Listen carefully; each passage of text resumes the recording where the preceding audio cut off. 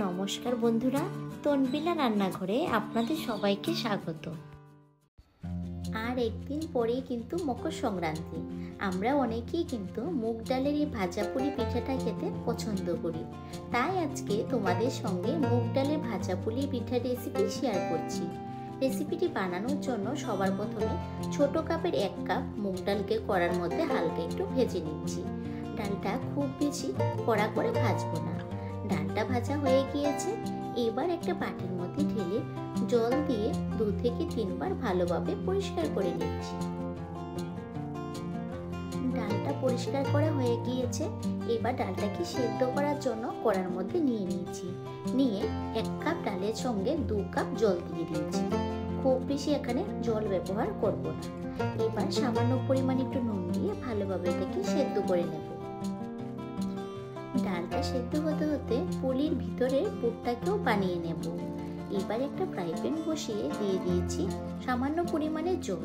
জলের মধ্যে গুড়টাকে ভালোভাবে গলিয়ে এটাকে জাল দিয়ে নেব।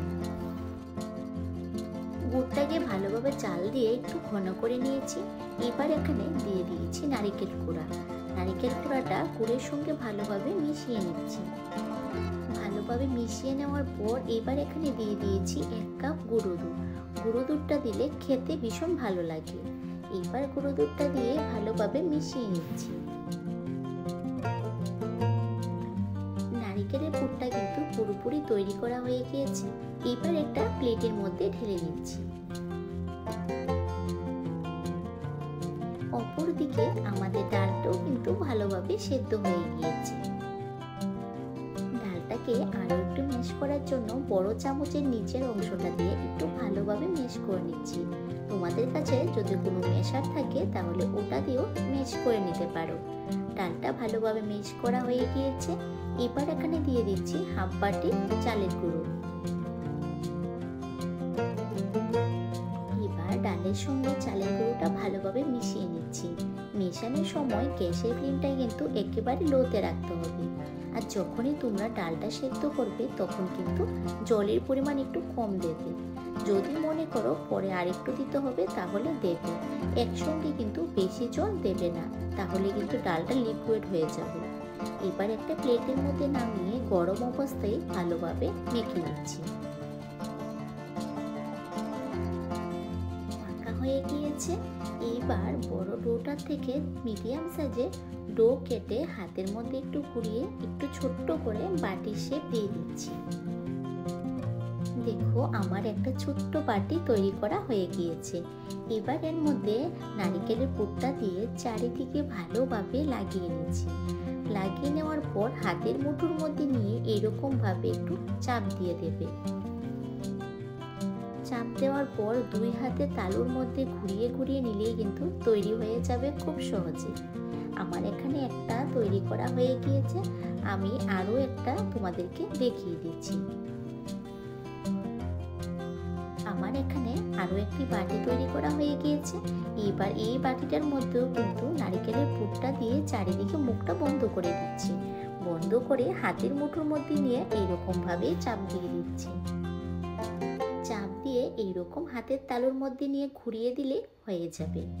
এইভাবে করে আমি বাকি সবগুলি করে নিচ্ছি। আমার এখানে সবগুলি পুলির পুর ভরা হয়ে গিয়েছে। এবার এগুলিকে ভেজে নেব। ভেজে নেওয়ার জন্য একটা কড়াই বসিয়ে দিয়েছি আর দিয়ে দিয়েছি বেশ খানিকটা সাদা তেল। তেলটা হালকা একটু গরম করে নিয়েছি। এবার তেলের মধ্যে একে একে পুলিগুলি দিয়ে দিচ্ছি। আর এই তেলটা কিন্তু খুব বেশি গরম করবে না, তাহলে দেওয়ার সঙ্গে সঙ্গে কিন্তু লালচে কালার চলে আসবে। এবার এগুলিকে মিডিয়াম টু হাই ফ্লেমে ভালোভাবে ভেজে নেব। এগুলি ভাজার সময় কোনো মতেই লো ফ্লেমে ভাজবে না, তাহলে কিন্তু ভেঙে যাবে। এগুলিকে উল্টে পাল্টে 2 থেকে 3 মিনিট ভালোভাবে ভেজে নিয়েছি। দেখো খুব সুন্দর একটা কালারও এসে গিয়েছে। এবার একটা বাটির মধ্যে তুলে নিচ্ছি।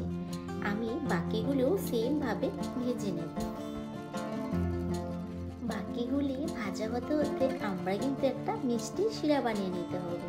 তার জন্য একটা কড়ার মধ্যে দিয়ে দিয়েছি হাফ বাটি চিনি আর দিয়ে দিয়েছি হাফ বাটি জল।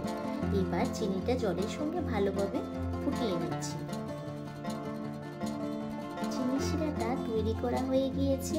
এবার ভেজে রাখা পুলিগুলি শিরার মধ্যে দিয়ে দিচ্ছি, দিয়ে চিনি শিরার সঙ্গে ভালোভাবে মিশিয়ে নিচ্ছি। যারা মিষ্টি খেতে পছন্দ করো না তারা কিন্তু ভাজা পুলি হিসাবেও খেতে পারো। এভাবে তোমরাও কিন্তু মকর সংক্রান্তিতে খুব সহজে এই মুগ ডালের ভাজা পুলি পিঠে বানিয়ে নিতে পারো। রেসিপিটি কেমন লেগেছে কমেন্ট করে কিন্তু অবশ্যই জানাবে। আর আমার চ্যানেলে নতুন বন্ধু হয়ে থাকলে প্লিজ চ্যানেলটিকে লাইক শেয়ার সাবস্ক্রাইব করে ভিডিওটি সম্পূর্ণ দেখার জন্য অনুরোধ রইল।